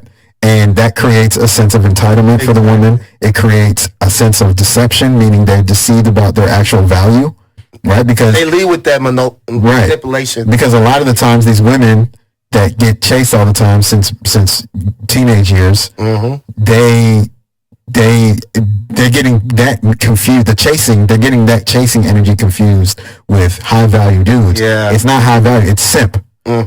What's chasing you, what's been coming at you since 16 has mostly been simp energy. Yeah. You know what I'm saying? It has not been alpha male shit. And then they start to generalize guys to be that way. Right. Until proven otherwise. See, men on the other hand, men are having to, since our teenage years, we're having to constantly spit game. We're having to always work on, make ourselves presentable. Work on our charisma, get popular, or whatever the case is in teenage years. And then when we're in our 20s, we're having to go get a decent job, make some decent money. We're supposed to be in shape. We're supposed to, you know what I'm saying? Like, we're supposed to meet all these criteria. 20s and going to 30s and even further. To reap the benefits of those things. Because think about it, if we were 300 plus pounds, not giving a fuck, not making no money, do you think any woman would want to fuck with us? No. What are the chances of that happening? Super slim. You have to, unless you have money or status. Right. I'm saying if we don't have a woman could have no status. A woman could have no status, no money, and no job, be lazy as fuck, be 300 pounds, and still have a simp. There'll be a guy out there that's lonely and beta and simp his damn self that would be willing to trick on you, to take you out to lunch, take you out to dinner. You know what I'm saying? Like you see them fat shows, like wherever it's like my fat something. Yeah. Like they're like 600, 400, wherever pounds, crazy. Right. And they still have a man. Right. On them episodes. I'm like, how's this huge ass fridge bitch? How, Sway? This big ass fridge bitch. I'm telling you, it's because it's a think about it, man. And I brought this up to my homie. It's crazy. I brought this up to my homie too at the gym. I was like, what successful man, and I mean successful in many different areas, not just with money, but with their health, successful with their health, successful with their psychological health. They're happy with themselves. They're in decent shape. They make good money. They're successful. They're just successful in their craft. Where is that man? Show me the man of that caliber that has a 300 plus pound woman on their side that doesn't work, doesn't have any ambition, doesn't work out and take care of their health. Show me the successful man that has that type of woman on his side. Never. You know what I'm saying? Bro. Right. Exactly. It's just like it doesn't exist. You're not going to show me an example. It don't exist. It does not exist. They make it seem like it does. And that's the false sense of reality. That's the entitlement. Yeah. That's the deception. Like it doesn't exist, man. It don't exist. Those successful men, they're going to have women with drive next to them. They're going to have a woman with either the same amount of money as them, equal, or they're going to have a woman that's willing to work on themselves, be in shape. You know what I'm saying? They're not going to have... I'll include this too. If the woman is like not working or anything, She's a hot stay-at-home housewife. That's what I'm saying. And She's a bringing mother. She's bringing something of high value to the table. Yes, she's, you know what I'm saying? Like the support, like right. the main subordinate of that man. You know? She's bringing exactly. She's bringing something of high value. See, now show me the successful woman in that same right that has an overweight man, 300 plus pound man that's overweight, out of shape, unhealthy, doesn't have much going on in his life, no drive, no ambition, doesn't make no money. There is no successful woman that's going to pull that dude or have that dude on her side. No. You're not going to show me one example. Because now the only example I could possibly think of is Oprah and Stedman, but I don't know Stedman's past. We just talked about that. I don't know about Stedman's past. Was a college professor. See? He was a college professor. High value. Before you know what I'm saying? Oprah, that's a high value man. And Oprah didn't even marry him because, and they're together 30 plus years. She didn't marry him because of the fucking. She knew. She knew. It's a part of his estate. He's gonna get that a part of that estate. Yeah. He'll be a billionaire his damn self. She'll be. She knew. 3x Mary J. Blige. Right. Right. So when you reach that certain tax bracket, marriage then becomes a business. It's not an emotional choice anymore at that point. Women don't like this man are anti-marriage, but then put the shoe on the other foot. They exactly. The same thing. Exactly. Keep that same energy. Exactly. Around, right? Exactly. Marriage is when you reach a certain tax bracket, it becomes a business decision, not an emotional decision. It's a business decision. No, I got these last two conversations and recent events of what's been going on. Adam-22 and Jonah Hill. Which one we going first? Oh. Which one we going first? Adam-22 first. Boom, let's go. I'm not too familiar. I'm not too familiar with Adam-22. Adam-22, his wife getting smashed? Oh, word? Yeah. I remember watching. Recording it? He was recording it? No. I think they say he was. No, yeah, they say it's a rumor that he was recording. I don't know if he was or not, but it's going to be on like Black. It was one of them black porn stars. One of the black porn stars that be on Black this shit. Yeah. His Armenian wife just plowed that shit. Her shit was hurting for the next 3-4 days. Shit. And he's out here talking about it on No Jumper and on other people's platforms. Yeah.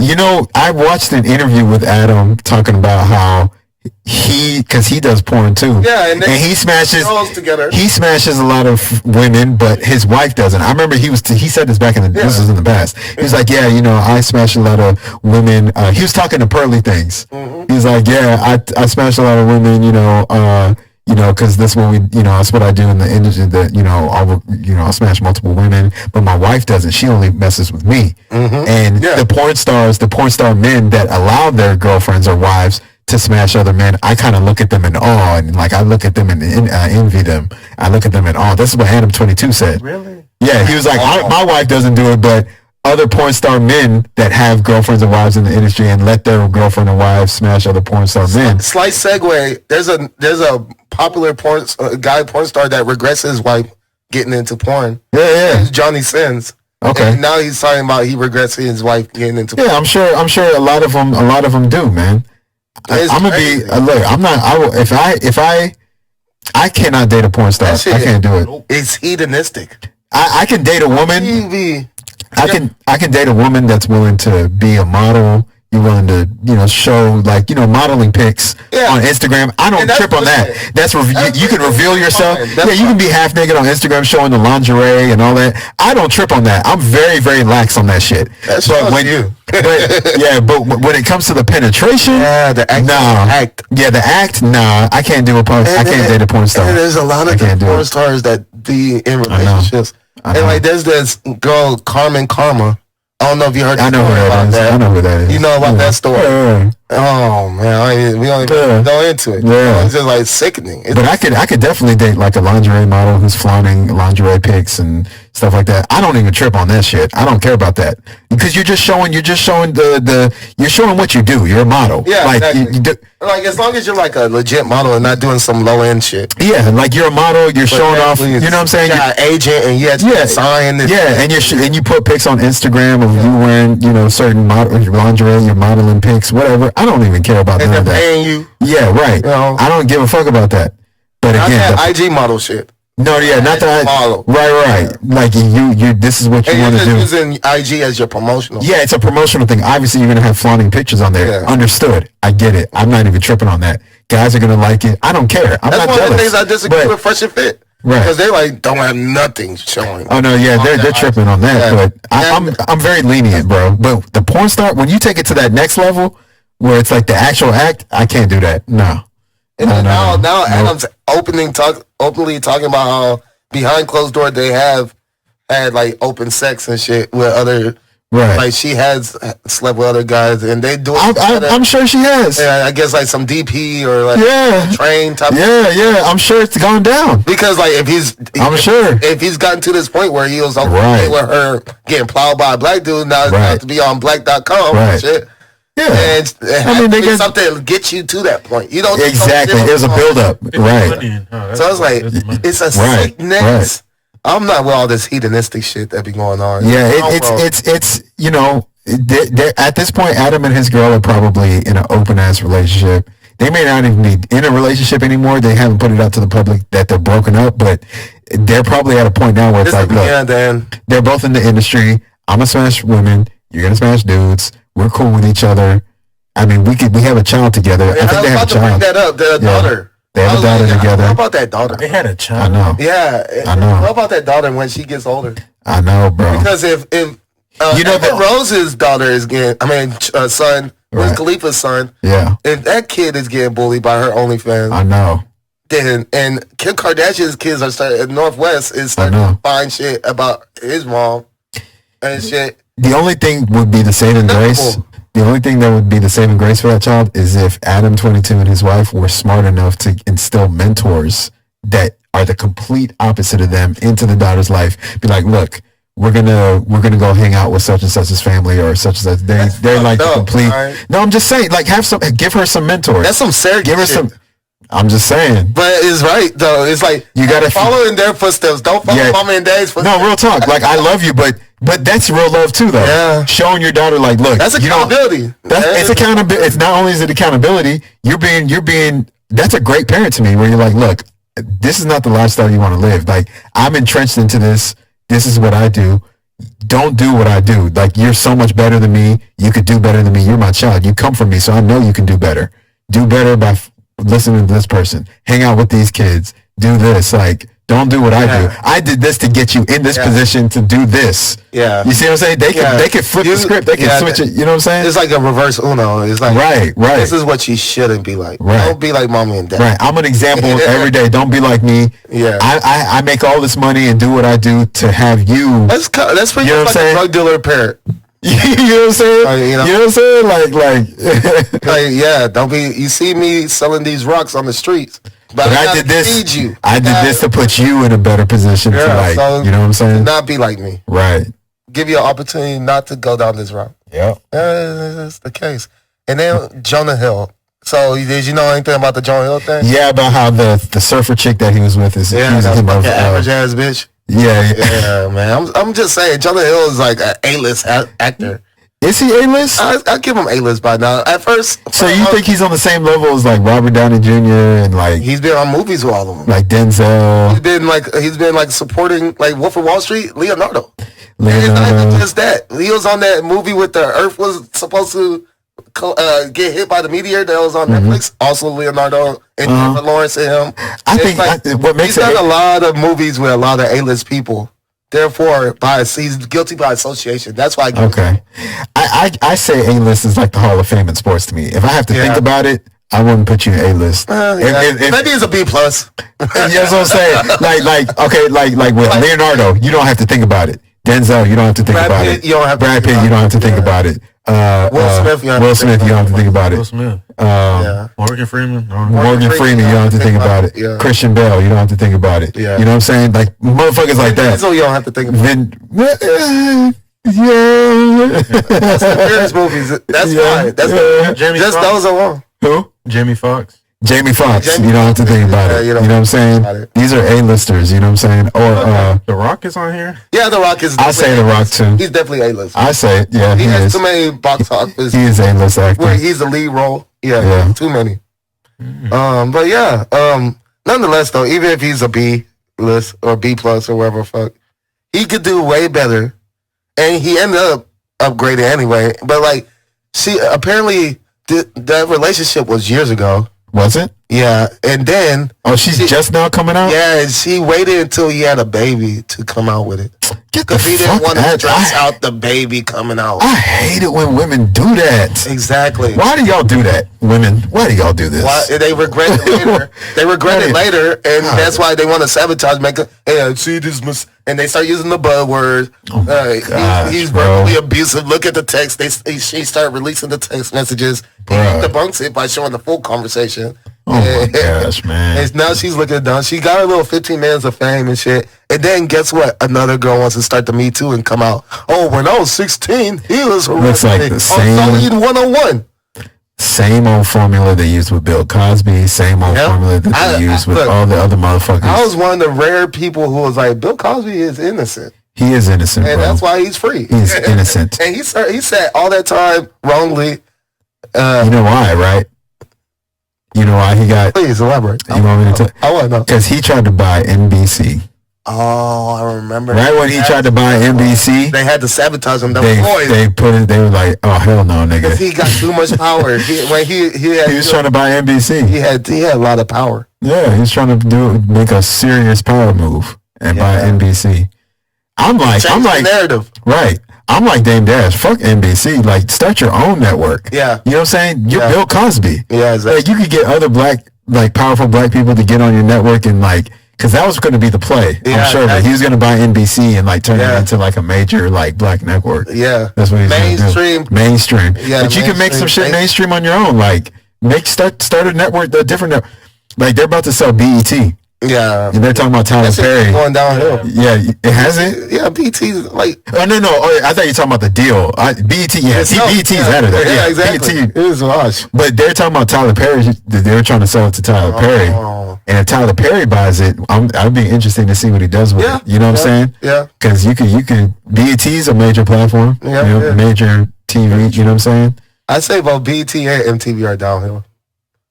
MTV, damn, I haven't even heard. MTV still exists like that? Like it's okay? Just as much as BET, not much. Damn.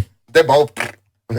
Wow. But in our childhood, both BET and MTV were significant. Right. Play a major factor on our brain. Absolutely. The shows, the URLs, and the 106 and Parks and all that shit. Yeah. All the music. I don't know if y'all seen Your Mom.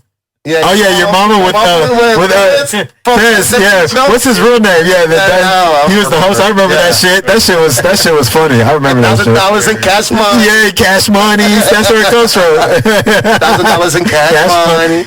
You'll get $1,000 in cash monies. Yeah, all them. Rap City with Tig. Oh, Rap City was the shit. Man. Classic. All Rap City in the booth. We'd be watching all the music videos from both channels. The After Dark, BET After Dark. It was After Dark. Uncut. BET Uncut. Yeah. Tip drill video. Yeah. You had the ratchet ass. Arm down their butt cheek. Yo, you'd have the ratchet. You have the ratchet ass. You know. Yeah, man. Hopefully, if Tyler Perry gets it, he'll bring some shit. Some shit. Just for our community, for our people, man. Just so we have our own shit. For sure. Because right now, all we got is like Oprah Winfrey Network, but then that's kind of feminized, like feminism, this type of network. Yeah. Because they had that one show where, like, if the guy never engaged to the girl, if the long time the girl could go on a couple of dates with other guys and see if she still wants to stay with that guy and some stupid shit. And it was a show where the dude was a high value man, but he wouldn't date a single mom. He wouldn't take a single mom seriously because he grew up in a single mom household and he didn't like how it turned for him. He had to overcome, he had to undo a lot of bad wiring for him that he wouldn't want to do that same and like date that same type of thing, knowing that is like he had legitimate reasons, but then they pretty much at the end of this that season, they have that episode where the recap and they have everybody there, and then all the women are just bashing this dude, trying to say that he's not a real high value man, will take that role, take that responsibility on and everything else. And that's what's being promoted on that Oprah Winfrey Network, and I'm against that. Fuck that shit, man. I'm like, look, I see this. I'm sorry. This is gonna be the one. This might be the worst one to take down as the most controversial thing. Single moms, if it's not like widowed or like legitimate shit, like low value women. They're not as high value as the single woman that doesn't have children and has ambitions and goals that they're trying to fulfill. They're younger. They're not going to be as high value as that woman. Yeah, exactly. And they shouldn't like, and that shouldn't be a controversial take. It should be just that's common sense. That's reality. Like a woman that's like in her mid 40s, late 40s with two, 3 children. That's single, right? Is not going to be as high value as a chick in her mid to late 20s, early 30s that doesn't have children and has goals and is fulfilling her goals and has ambitions, and you know what I'm saying? Yeah, because why is that man not around? Where's that? Exactly. Dad? Why are you still? If he ain't shit, nigga. But you know what they'll say, right? You know what they'll say, right? They'll be like, oh well, they'll make it seem like they were the victim. Yeah, all the feminists. But what could you have done better to make it work better for you, so where you wouldn't be in this position that you're in now? It's a two-way street. Exactly. It takes 2 to tango. You're not perfect. There's no perfect human being ever. So show me who you attract. Show me who you are. Type of shit. Right. Know?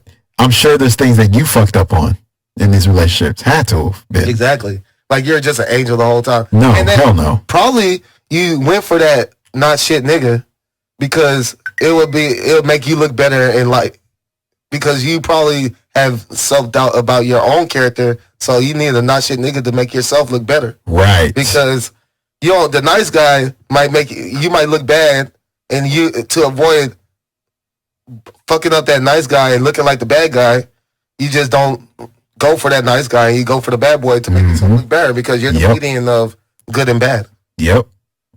So that's always been that's real. I mean, I agree, man. Like So like that's a hard pill that they have to swallow. Exactly, and that's because it goes back to that that entitled veil over their eyes all these years, deceived. And then, you know what I'm saying? And then all these TV shows and movies have these single moms finding a nice guy to swoop them up and take their kids in. And all that's not reality. And they have to swallow that pill. Yeah. Exactly. Because when they leave that movie theater or get up off their couch and go outside their house, they're going to find out real quick that is not the reality, man. A lot of them either have therapists or on antidepressants. Right. And I'm like, damn, I wonder. Mm-hmm. That plays a role. Like, it's like how a low value man is some bum ass fat dude that just plays video games and jacks off all day. I'll put it to you, and I want to say something about that too. I'm going to use myself as an example. If I was overweight, didn't have no job, wasn't getting no money, I didn't give a fuck, I had no goals, no drive, nothing, I would be able to pull 0 females. Yeah, exactly. Me personally. Yeah. I just know for me, there would be no women giving me a chance, period, bro. Not even looking your way. Not even, dog. They would look at me and be like, hell. They'll look at you. If they see you look at them, they'll look away. Yeah. Oh shit. Yeah, like give them the. Or they'll fake it. They'll fake with me. They'll fake it with me. They'll be cool with me in my face. But then, the Michelle factor, right? Like they'll befriend me, sorta, just because of the moment and being cordial. But behind closed doors, you're not gonna take me seriously. You're either gonna. Matter of fact, you'll probably talk about me in a negative way. Like, man, can you believe that guy? Like, that guy's so whack. He's so lame. He really not. I would entertain. Like, I would like him. He's so lame. Like, hell no, I would never. Let's say we talk about that with a woman that should think that she has a chance with us. We're shaming. How dare we? No, we're not shaming. I know. We're not shaming. I don't like all this shaming shit and phobia and phobic. That's just those things are just there put in place to make people feel comfortable. Buzzwords, man. Comfortable about negative energy and aura, about shit that isn't positive. Yeah, exactly. You want me to be? It's like the confusing thing you're. Yeah. It's like you want me. Confusing's a bad word. Let's put another cloud on it. You want me to be comfortable with you being overweight? No, because I'm not overweight. Yeah. So why the fuck am I going to be comfortable and accept you being overweight, especially if you're cool with me? Michelle's older. I mean, Michelle has a friend that's big, and she likes me. She has a crush on me. Mm-hmm. And I would never give her a time of day. Right. Because she a big bitch. It's like, look. I'm sorry. But if I was to ever openly say that, then I would be the bad guy. But you know what you could say, though? You could just be like, you could just be like, look, you're just not my type. Just keep it simple. If she ever tries to come on to you, be like, look, I appreciate it, but you're just not my type. You know what I'm saying? I mean, that's being real. I mean, that's the nice way to put it, right? No, that's good. You know what I'm saying? You're just not my type. They want you to elaborate. Like, what do you mean? What are you trying to say? Well, then I'll end up saying it. And that's been my problem in the past. So I ain't gonna lie. Well, hey, look, I'm not gonna lie as well. I've never slept with a fat bitch, but I've had a fat bitch suck my dick. I've smashed a couple big girls. I have fat girls suck my dick. Actually, 2. I'm not gonna lie, I have. But and I'll flake, like, whenever it's like, okay, we're gonna have sex, and eventually I flake. One of them, I was like, hey, I found, like, it's fucked up. I'm gonna tell you this fucked up story. I was like, look, I started getting closer to God again. And I'm like, I'm not gonna be fucking with nobody. So I'm sorry. Like, I don't want to have led you on. I'm just trying to do this in a more religious, spiritual way, and stay close to God. And she was like, I understand, But or you could just be like, just can't be like, look, I'm not looking for a relationship right now. I mean, I'm just not looking to date nobody. You know what I'm saying? I'm not. What? No. From fucking and everything. No. I'm. What do y'all mean?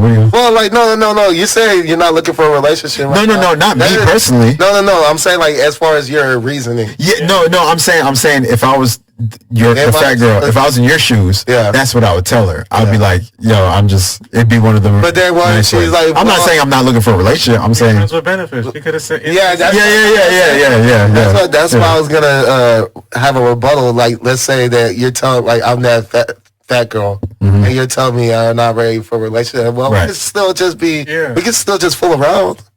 Yeah, I mean, I'm not really trying to focus on that either. I'm just trying to, I got a lot of things I got going on. I got a podcast. I got work. I'm busy.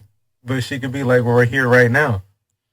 Yeah, but I don't feel like doing it right now. I'll just be real. I don't feel like doing it. And when they trap you like that, when they back you into a corner, then you got to be real. You got to be real. This episode is gonna be something. Man. You got to be real. Hey, you gonna back me into a corner? I'm talking about the girl, not y'all. I'm saying if the girl's gonna back y'all, right. You back me into a corner, then I'm gonna just be direct with you then. Exactly. You know what I'm saying? But again, I'm gonna give you many chances to get my point. Like, you're doing it. And I'm not gonna lie, it was kind of convincing. Like, damn, honest. I understand. See, in a parallel universe, Horton was a big chick. Was a big chick. I'm kidding, bro. If this was the multiverse, I'm sure the multiverse. There's like in Earth 318. There is a fat girl version of me.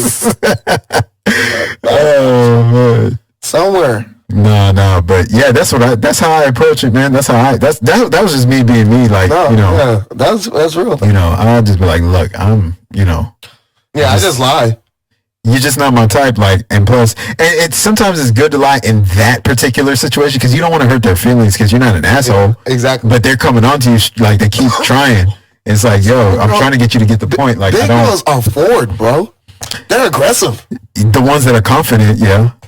It's only more becoming confident. Yeah. I think it's confident that girl that likes me was open to express that she likes me and like she had a chance. Yeah. Maybe Michelle would put a word in for oh, shit. I was like... And there's some cute looking big girls out there. I said this on an episode before. I think I said this on the episode that wasn't. I don't dislike big chicks, okay? Like, I don't, because I've messed around with some. And on top of that, like, I would date some. Matter of fact, we're supposed to have a guest. Remember the guest I showed you? The Arabic chick?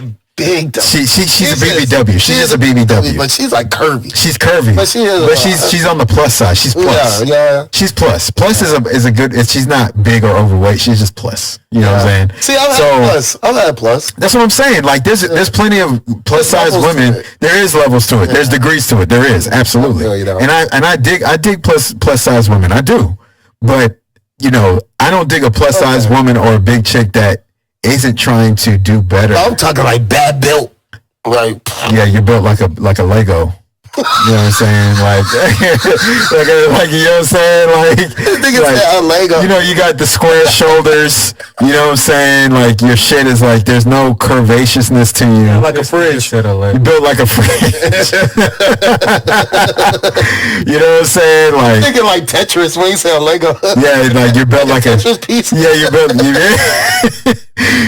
like a Tetris piece. Oh, like the T. You know what I'm saying? Like the T, like the upside down. You know what I'm saying? You know what I'm saying? Drop like, it down. Yeah. Yeah, see, now those types of women like that, there are confident women that look like that, but they also got to keep it real. It's like, yo, listen, you gotta do something about you gotta get your workout game in order.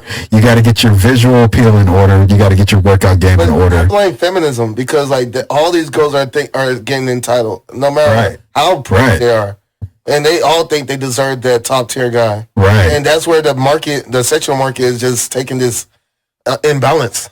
Because now, like girls that I used to be able to get when I was like 5-10 years ago, think they could do better than me now. Yeah, it's like, I mean, it did like, because like I like to date within my range. I look at myself like a 6. I give myself like a 6, so I'm always going about a 6. I'm like anywhere, like, because I don't even want to date a girl that's better looking than me, because then they get like, they feel like the prize and they can be better, and they kind of get an attitude with that. So I usually would date like a 6, maybe a 5. And now whenever I talk to 5s and 6s, they're kind of like putting me on the back, like I'm just on the roster or some shit. Yeah, it's like, what the fuck, bitch? It's false hope. We're on the same field, but because they got smashed, or like they might have dated a guy that was just constantly cheating on them, that was like an 8. That they think that Sims could be. I'm talking about men. Sims can be good looking dudes. You know what I'm saying? Like pause, but you know what I'm saying? Or like people in their DMs, might look better than me. You got famous simps. Yeah, Drake is a simp. I'm just saying. I just made a post about Drake this morning. I just talked about Drake. He is the poster. He is the pioneer towards simp. He's King Simp. He is King Simp. He's king of the face of simps. He is. Like, bro, I forgot what my post is. I need to read the post. This is gonna be. And some of Drake's music, I like some of his music. Yeah, I like some. He's highly talented. He's talented. Yeah. He can, he raps. He can sing a bit, and he acts. Everything. I just need to pull up this post because I literally just made this post this morning. Yeah, Drake is that shit crazy. The epitome of simps. So I gotta read it. I'm gonna read it because it's like a real. He's a multi-million-dollar simp. See, look, I used to fuck with Drake, and I still respect his talent. But let's be honest, his type of music helps start men becoming weak. With all his emotional, non-stoic approach to women, why he only has a kid at best, co-parenting, but can't keep a woman. Even Rihanna dissed him, and wouldn't take him seriously. Even after Chris Brown, So, side note, even in this modern time, Drake has a crush on Kim Kardashian, and Kim Kardashian chose Pete Davidson. What's that? It's a common denominator there. That Drake, people like him, but they wouldn't date him. They wouldn't take him serious. Take him serious because he's like a big old some goofball. Yeah, he's a goofy, talented, simpy. And the ladies love him because he's telling them what they want to hear. And of course, he's telling them what they want to hear. Exactly. Damn Drake. Yeah, exactly. That's probably his main fan base. Pandering shit. It's probably who he gets the most money from is the woman. Exactly. I'm sure of it. He's just pandering towards that audience. Yeah. On some simp shit. Yeah, he's telling them what they want to hear. Of course they're gonna like him. So that's crazy about Drake because he's the poster child. Oh yeah, he's the poster child. So that's why it's like there's no look requirements for simping now. You could have a fucking Baywatch white boy just shredded to the socks, you know what I'm saying? Just cut, lean, swole, like good looking features, you know what I'm saying, on the face and clean cut hair. 10 out of 10. Simping over a 5. Simping. Over a 5, like a average girl. Yes, and then all of a sudden that 5 gets this false confidence And thinking that she's better than what she is. Yep. And then she'll get a reality check by a nigga like me or you. Yeah. And be like, nah, what the fuck you talking about? I don't give a damn who you fuck with. After she hits the wall. Right, exactly, bro. Right. Or after she hits the wall, that's when she gets a realization. Right. You know? I'd be like, if as she gets older. That same 5 you come to me, I'd be like, man, I don't give a fuck who you fucked with. Exactly. I don't know that nigga. Exactly. Or that dude. So and I mean, are they gonna come drop? They're gonna drop. Where's he at? They gonna invest in the podcast? Exactly. They're gonna invest in my music? Like, what they trying to do? Like, I don't know this what's dude. What's that have to do with me? Yeah, what's that have to do with me? Right. Yeah, I gotta go. I got a cat. Right. You know what I'm saying? I got a cat, Jimmy. They're just talking about shit that don't matter. Right? I'd rather go play my video games right now. Shit, I'd rather get on my PC. Shit. Damn, man. Weren't you saying that you played Diablo? Oh yeah, I'm on it heavy now. Man. I got that shit now, bro. I'm thinking about buying that shit on my Xbox. Yeah, I got that shit on my PC. Because like I've heard nothing but good things. I heard it's good. Rave scene talking about it. Co-workers talking about it. Only thing I don't like about it, it's not as it's not as free flowing as Diablo 3 was, as far as like with the way no it is free roam, but like as far as the abilities, like assorting powers and abilities, it's not as like plentiful. It's not as plentiful as Diablo 3. Yeah, it's not as versatile. Yeah, because Diablo 3 you could do a lot of shit with like a lot of variety. Not as much variety to it. Right, it's not as much variety to it. Yeah, it's a little bit more constricting, but it's dope though still. So it seems like the first couple of days is like after a while it kind of gets repetitive and redundant to degrees. Yeah. Well, it's not really repetitive. There's a lot to do still. Well, yeah, I mean, let me digress on the repetitive.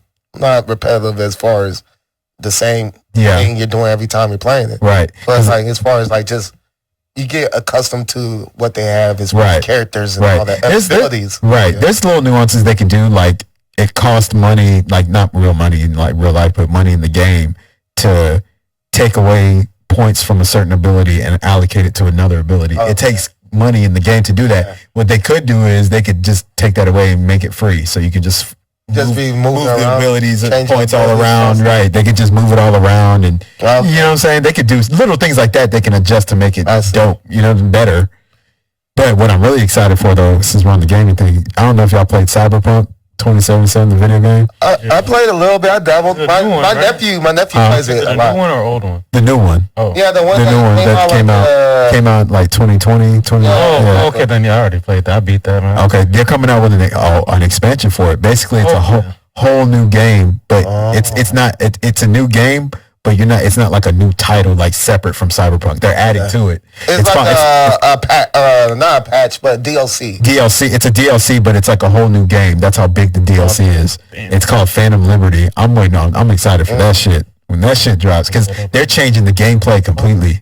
Like they're adding new everything. I see it now. It says it comes out September 26th. Yeah, see? I'm telling you, that shit's going to go hard. Yeah, that shit's going to be hard, bro. They have an online on that one, because that's what they was missing on the last one, really. Yeah. Fire. It's gonna be fire, bro. They're changing up a lot of the physics, the gameplay, like making it better, in my opinion. Like it's gonna go hard as fuck. I just be having my Xbox Series S just sitting in my room. I use it more for just watching YouTube. Yeah. I have not been able that thing's powerful, bro. Yeah, no.